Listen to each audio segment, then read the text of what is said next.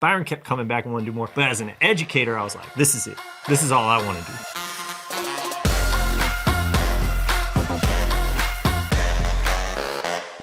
Hi guys, thanks for joining us on the Elation podcast today, where we enjoy exhilarating euphoria through creation and collaboration. Today we're here with Alex Owens, founder of Be Loud Studios. What's up, what's up? How are you? I'm great, man. Excited to be here. Good. Yeah. Also with Byron Turner, a junior producer for Be Loud Studios, correct? Yeah. Awesome. How you doing? I'm good. I'm excited. Good. Yeah, that's right. Glad to have you both here today. Let's talk a little bit about Be Loud and what it does and why you founded it, and let's go from there. Yeah, man, of course. We're Be Loud Studios. Our mission is to amplify youth confidence, youth voice through radio production. And we really started with Byron. I was a teacher. My co-founder was a writing interventionist. And we were just trying to find ways to get third, fourth graders excited to write, recognizing that in traditional classroom settings, sometimes that's not as true. Right. And so Byron was one of those students, and kind of kicked around a few ideas. I don't know if you remember this Byron, but he said, well, what about a radio show? And like Byron, literally we said that. We gave you a blank piece of paper and you came, into school the next day, like so excited. Because I didn't want to write before that. Yeah, you didn't want to write before that, but you came in and sometimes I say it looked like a ransom note, it's just all scratched out, but he had written a script all on his own. That's awesome. And then do you remember what the script was about? It was about slime. It was about making slime. I know. And Okay. we pressed record, and Byron, it's not like he came to life and was a different kid. It was the same kid we knew and loved, but sometimes didn't show up academically. Right. And so Byron thought it was cool. Byron kept coming back and wanted to do more. But as an educator, I was like, this is it. Right. This is all I want to do. You got the hook in him. I got the hook. Right. Yeah, Yeah. got the hook in him, got the hook in me. And so we just kept doing that, right? We started doing more in my classroom. We started pulling kids during lunch. That turned into an after-school program. That turned into a summer camp. So that was about 6 years ago. Gotcha. Now we are a nonprofit. We recorded with over 700 kids last year. Wow. And we do this work in 3 different ways. One, we work with this core community of what we call DJs. We have a summer camp. We have a Saturday program. We take them all over the city to record what makes New Orleans beautiful and unique. Right. So that means Jazz Fest or Pelicans games. Byron is a junior producer. So we got some people like Byron who just keep coming back. So how do we train them not only to level up their skills beyond this podcast, but coach and mentor younger students, right? New Right. kids who are a little uncomfortable talking on the mic. Byron is a beautiful mentor in our community. We also do amazing work with teachers in the city. It's called the Pass the Mic Fellowship, recognizing that we didn't have much support when we started this program. So we pay teachers to create audio content in their classrooms, giving them the same coaching and gear that we wish we had when we started. Gotcha. We just had an amazing festival that we wrapped up. And then the last is we do a lot of community partnerships. There's a lot of organizations in the city that are saying yo, we got youth that got something to say. So we've been tapping in, starting those partnerships, and that's really been a beautiful part of our work. Just knowing that New Orleans is a collaborative place with a lot of people. Absolutely. You know what I mean? There's creatives everywhere here. Yeah, yeah. Well, so were you excited about radio specifically? Is that did you grow up listening to the radio? What was attachment to radio that excited you? So when I was younger, I used to listen to radio every morning in the car, but I don't know what it was about just writing scripts and being on podcasts. Because how did you know to how to write if you didn't I don't know. study radio? I don't know. If you listen, because today's generation is not necessarily a radio generation. So that's why I was asking, because it's podcasts and media is kind of where everything's going, which is radio disc jockeying.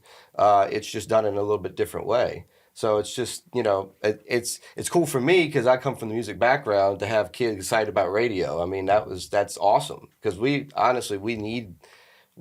radio disc jockeys used to break the music. That was who controlled what we listened to and what was cool, So I feel like we need that back, in lots of ways. But so Slime, tell me a little bit about it. Do you remember the show? I think it was called Byron's New and Cool. That's so I was right. I was writing about different new things and cool things that people like to do. And I don't know what year it was, but everybody was like had this kick on slime. Everybody was making slime. It was going on. So I used to make slime a lot. I had this big gigantic gallon of glue and a big gallon of borax, and I used to make slime all day. So I was like, okay, I'm gonna just write this about slime. Natural. See, and when we talk about natural moments, like that was a natural moment because you understood it, you wrote it, and you just figured out something that it was relatable to you, and it ended up being relatable to everybody else because it was natural. So if you can teach those moments, that's where I think kids can really progress in this area. What has Be Loud felt for you? What has it done for you internally? Does it help you with your confidence? And explain that journey a little bit. Great question. I'm real excited. No pressure. Yeah.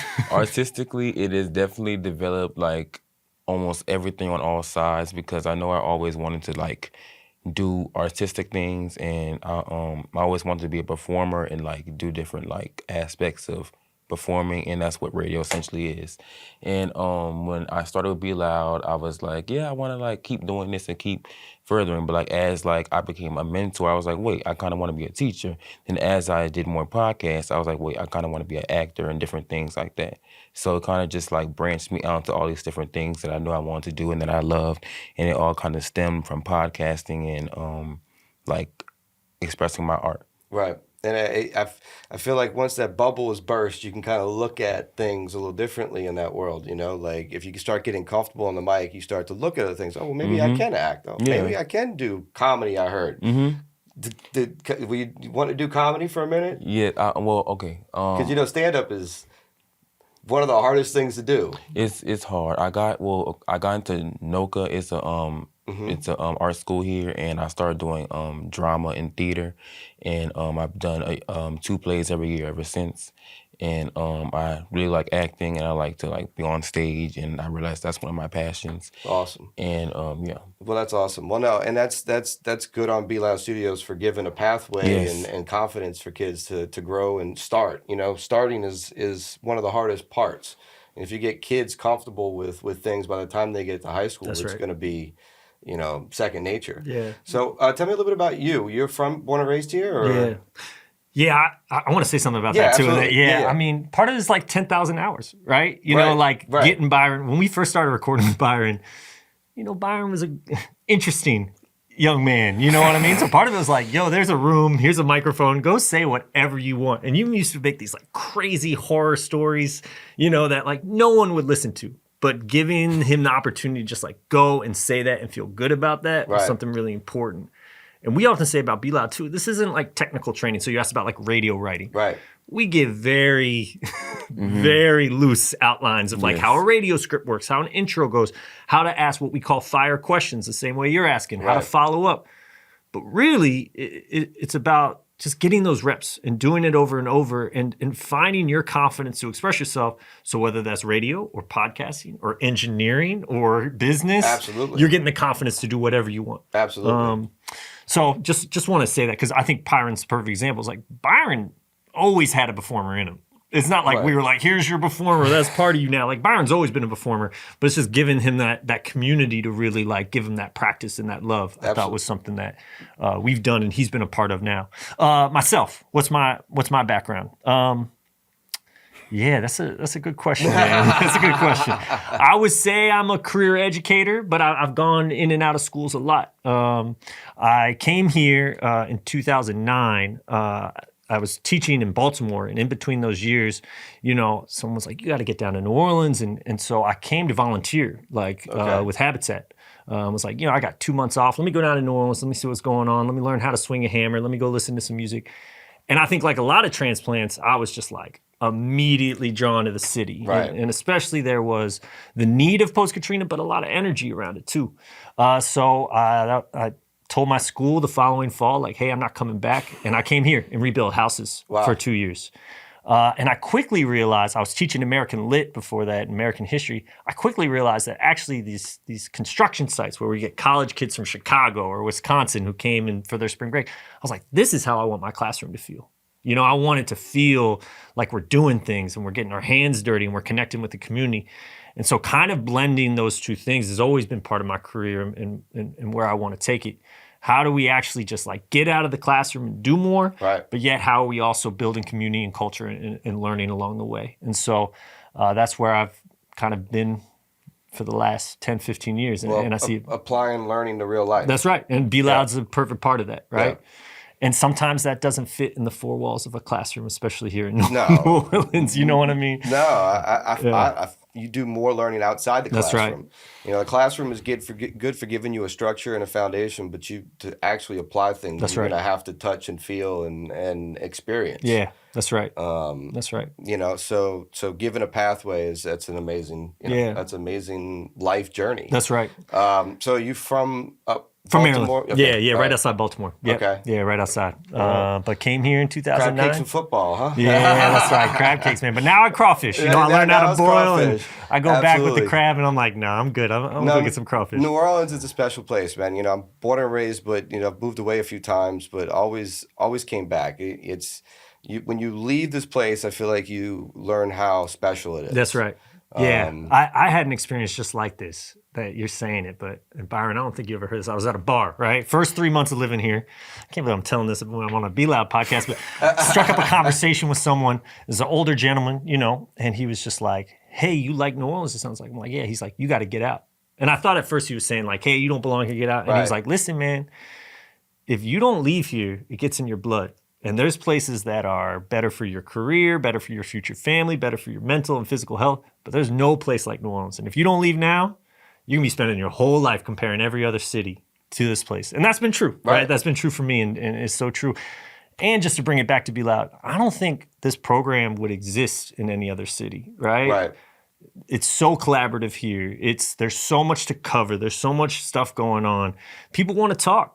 Kids have something to say, and that's true of any other city, but I think there's something special about New Orleans that makes Be Loud possible. What I love about the creatives we have here, even though, you know, they're, as we were kind of talking about earlier, off camera, you know, there needs to be more access to right. creatives here. But the creatives here are not jaded yet. Yeah. You know, everybody's willing to work with somebody. They're willing to collaborate on some type of, you know, situation and help each other. That's right. But you know, you go to LA and you go to New York, you go to these big cities, it's a little, Yeah. you know, Protect your standoffish. resources. Yeah, protect your resources, and because everybody's fighting for that rent check or for that next, you know, meal, and That's right. and it's a real fight.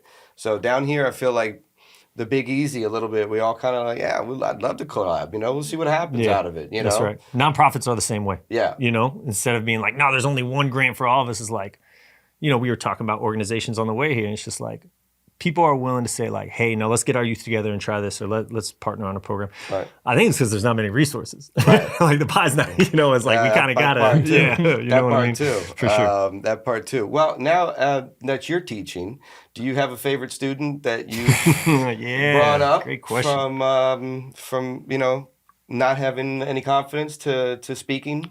It was this one kid. It was during the summer camp, and he wasn't like the strongest at like putting his voice on the paper, and like that it resonated with me because when I was younger, I used to like struggle with like actually putting what I want to say and like what I want to say like onto paper and writing it, and like having problems like writing in general. So when he was doing it, I was like, okay, it's something that helped me. Just tell me what you want, and I'll write it down for you and articulate it.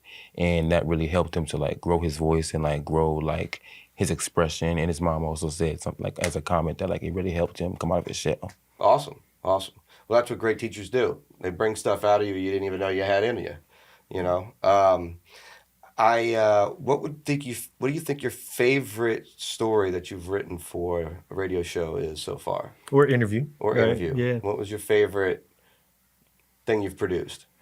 My favorite interview was one that I did. I went to this place where they made floats, and I interviewed someone it was this lady that made floats, and it was really fun. And like I got to ask like how because they like built them like from the ground up and stuff. So I got to ask like, how'd you like get the pieces? How'd you like get everything together? Like what cruise do you go out to like that? And that was really fun. That's awesome. Yeah. So that was at Mardi Gras World?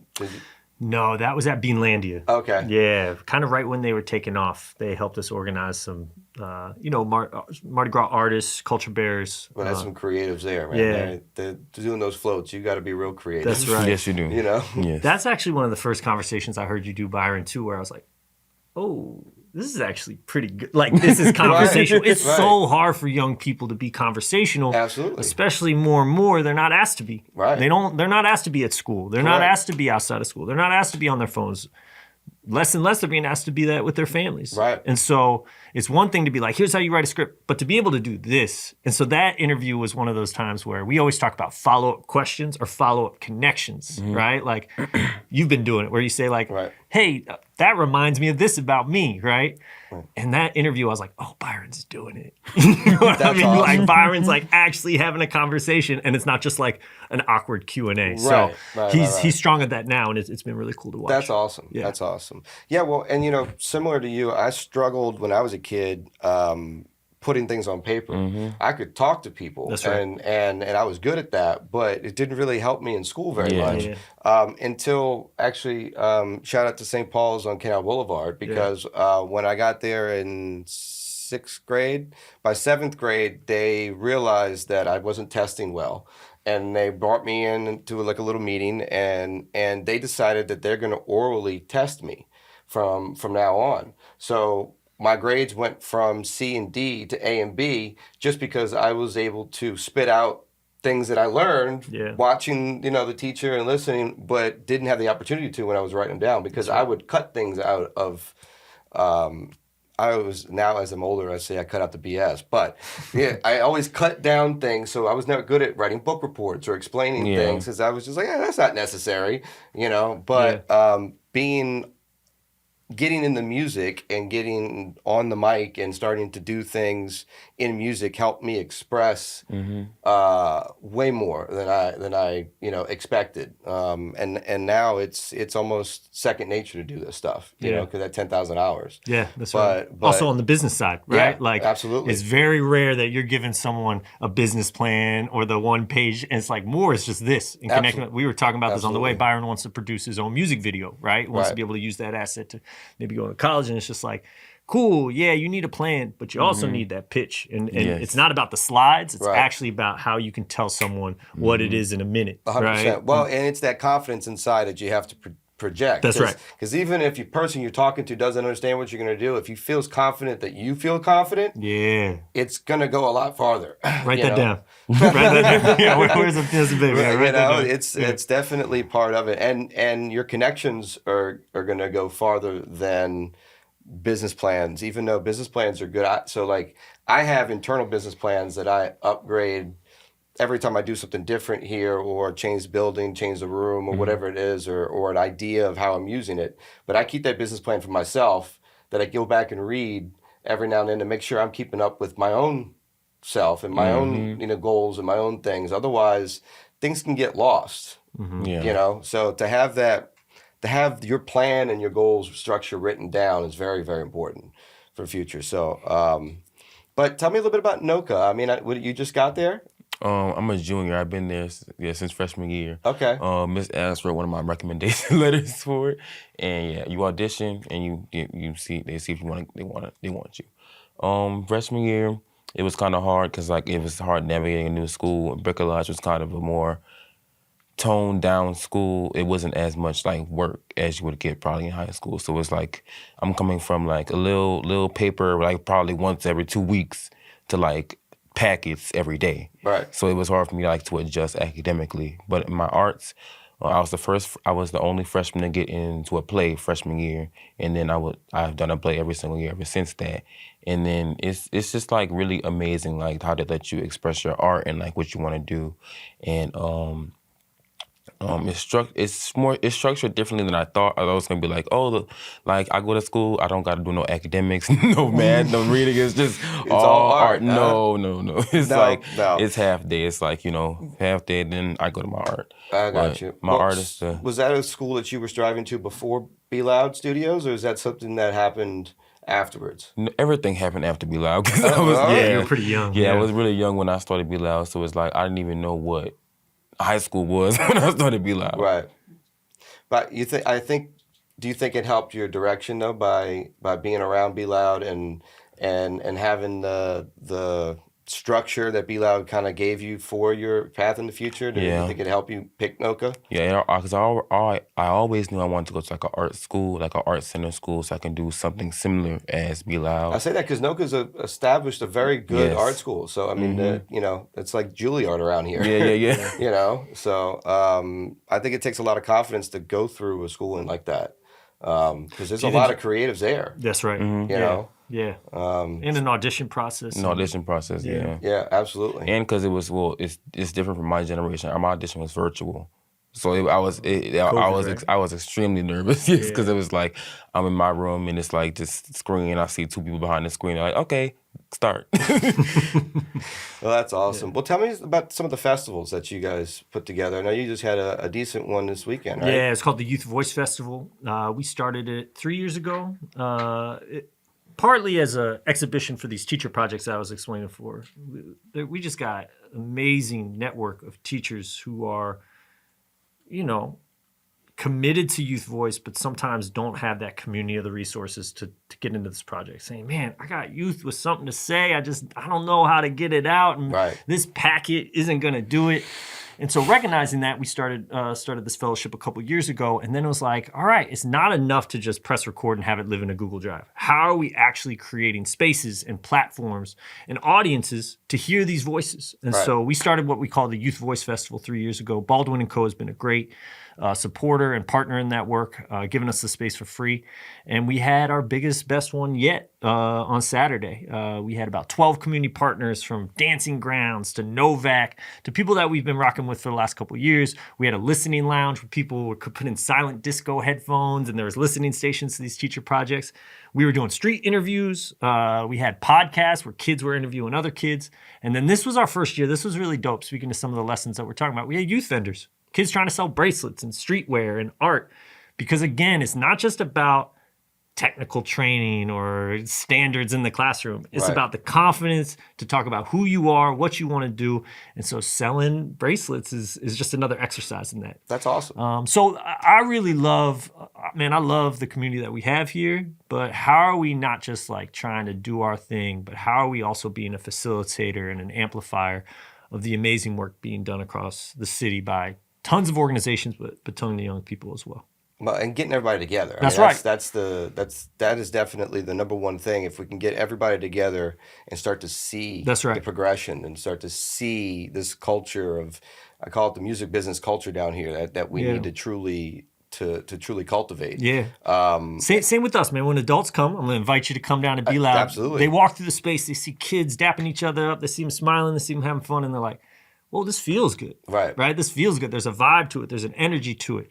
And our festival kind of captures that. And so unfortunately, in New Orleans, where school often doesn't feel as good, right? Or the street doesn't feel as good for a lot of different reasons, to cultivate that space that's not just safe, but joyful, is really important. And I see that's what you got here, right? This could be like no paint on the walls, nothing, right? But it's like, how do you create that energy so that moment someone walks in, they're not just saying like, oh yeah, I can push some buttons, but they're like, this feels like a space where I can get lit, I can have fun, I can do the things that I need to do. I call it adult Nickelodeon. That's right. Hell yeah. Yeah, I love that. Yeah, that's cool. That's cool. That's what I call it. You know, I wanted it cool enough for the hip and social, groups and adults, but also fun enough for kids when they walk in. That's right. And moms feel comfortable leaving their kids, that type of stuff. Like, the art's very important and specific. Yes. I wanted it on the walls you're talking about. I wanted it to feel good. There's no negative vibes whatsoever. Yeah. Because,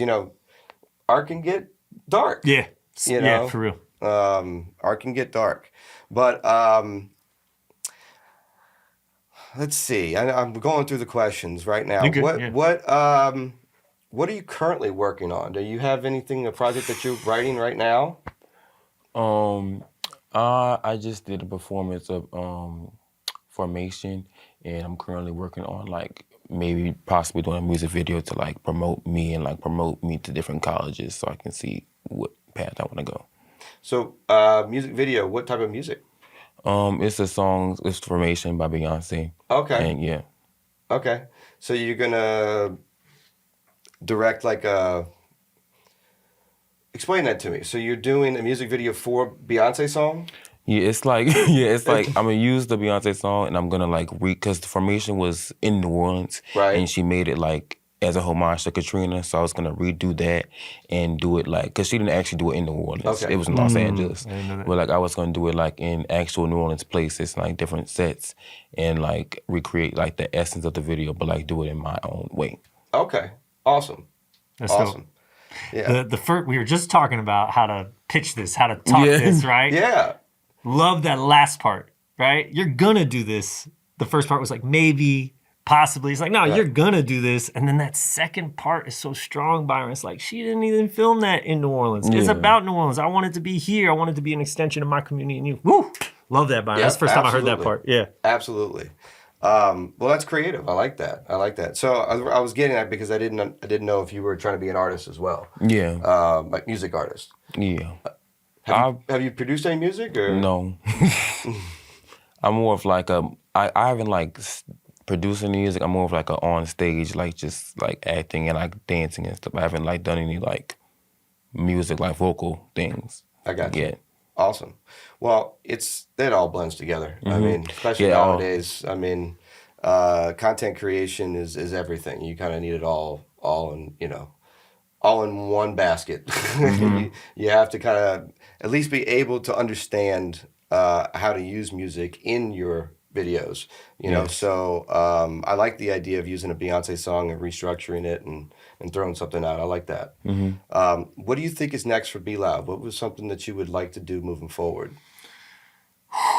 Man, yeah. How much time we got? You know what I mean? I think one thing that hearing this and hearing that is, so we have this junior producer program. And it was really because we just didn't want to say no to Yeah. Byron. We just didn't want to say like, no, you can't come anymore, right? We specifically target middle schoolers, knowing that's when they need this the most. But now we have an amazing group of these high schoolers who are not only just mentors, but want to do big things. And so hearing Byron talk about now and knowing some of his dreams and aspirations, it's like, well, how do we support that, right? How do we support not just with the community and the coaching, but also it's like, how do we support hooking them up with that next internship or that next connection or helping them get into the college that they want? So we're not just kind of the feel-good, character builder, but we're also aligning them with the industry, aligning them with their next step. And so we're kind of piloting that right now, and kids are setting goals and we're saying like, cool, you want your license? How do we help you get into there? Right. Cool, you want to make a music video? How do we break down the steps of that? And we were just talking about that. So that's one aspect. And part of that is planning backwards, finding spaces like this to say, what would it mean to have, maybe not Byron, he's more front camera, but what would it mean to have a young person intern with y'all? Right. What would it mean, Comfy Stone helping, we've talked about that before. So that's one aspect. Thinking bigger. Absolutely. Right? If we were to say, where's that bigger, grander vision? We want to be a space where people go to listen to what young people have to say about our city. Period. Right? We want it to be not just a place where kids feel safe to come and tell their story, but where decision makers in the city are coming to say, well, what do you feel like? Right. And we don't want them to just be like, well, we're going to click it. We want it to be in their face. We want it to be whether it's a policy, whether it's a construction project, whether it's a hiring at a school. We Right. want young people to have a seat at the table. And knowing that oftentimes they're not physically allowed there, how can our content push in there? Right. And so whether that's Byron, whether that's a DJ, we're starting a podcast possibly with the JJIC, right? Juvenile Justice Intervention Center, whether it's Son of a Saint, whether it's these community groups that are everywhere, but often are working with young people who are marginalized in a lot of different ways. How are we not just platforming them, but really delivering content to people who are making those decisions that impact their lives? So I could go on and on about that, absolutely. but that's something we've been talking about. No, that's awesome. No, Yeah. and that end goal help really, I think, will help progress Be Loud as far as Yeah. connecting kids to that real career next step. That's right. Because once you plug in that goal, I think it'll completely send a wave That's right. of youth to you trying to do the same pathway. Yeah, And it's really what kids need. That's right. Especially with the life challenges that Yeah. a lot of a lot of the youth has nowadays, or always kind of had, but especially in this city, we Yeah. always had some struggles with connecting some of the community. I would think politicians would think it's extremely powerful to That's be right. able to hear what the kids are going through and feeling in school and how they perceive their life. That's right. Because their job is to make that better. Yep. Yeah. Yeah. That's right. So, I mean, if you guys had a real voice, I think it's a beautiful thing. So I love what you're doing, and anything we can do here to help, at Elation to help, whether Definitely. it's internships or helping with music videos or helping with producing something, would love to, be a part of it. Cool. So. We will follow up. Yeah. That's right. We will. Awesome. Yeah, for sure. Well, I appreciate you being here today. Yeah. And, No, thank you. I really, really appreciate what you guys do for the city and the culture, and love that you're here. Yeah, man. And thank you for taking it seriously and giving a pathway for young kids that are under you to follow. So that's awesome. So keep it up. Yeah, I will. It's been a beautiful thing to watch. Yeah. Awesome. Well, why don't you guys tell me about your socials and where everybody can find you for Be Loud? Yeah. So we're www.beloudstudios.org. That's our website. You can listen to some of our old stuff there. Our Instagram at Be Loud Studios. We have a podcast that comes out about twice a month. That's at Be Loud Radio Hour. And if you contact us through any of those, we'll get back to you right away. We love to connect with anyone that this work resonates with. Awesome. Well, great. Well, thanks again, and look forward to seeing you on stage somewhere. Yeah, that's right. You got something you want to plug? You got a Yeah, you got do a you show have coming anything? up? Right now, no. All NOCCA shows kind of end in this time. But like next year, the Black History Performance, the plays, because there's 2 plays a year. So yeah. I'll let you know. All right, you know. all right. Well, we'll look forward to your music video too. Yeah. Awesome. Well, thank you guys again. Thank you guys for joining us on the Elation podcast. If you liked, please like and subscribe. And if not, I'll see you next week. Bye.